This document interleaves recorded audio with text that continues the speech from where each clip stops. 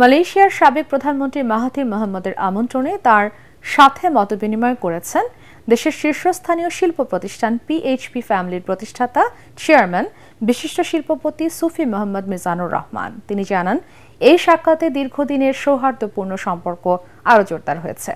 গতকাল সোমবার কুয়ালালামপুরে এই মতবিনিময় অনুষ্ঠিত হয়। আরও জানাচ্ছেন ফারহিন ইসলাম টুম্পা। আধুনিক মালয়েশিয়ার রূপকার ও সাবেক প্রধানমন্ত্রী ড মাহাথির মোহাম্মদের আমন্ত্রণে মালয়েশিয়া সফর করেন দেশের শীর্ষস্থানীয় শিল্প প্রতিষ্ঠান পিএইচপি ফ্যামিলির প্রতিষ্ঠাতা চেয়ারম্যান ও সমাজসেবায় ২১ পদকপ্রাপ্ত শিল্পপতি আলহাজ সুফি মোহাম্মদ মিজানুর রহমান।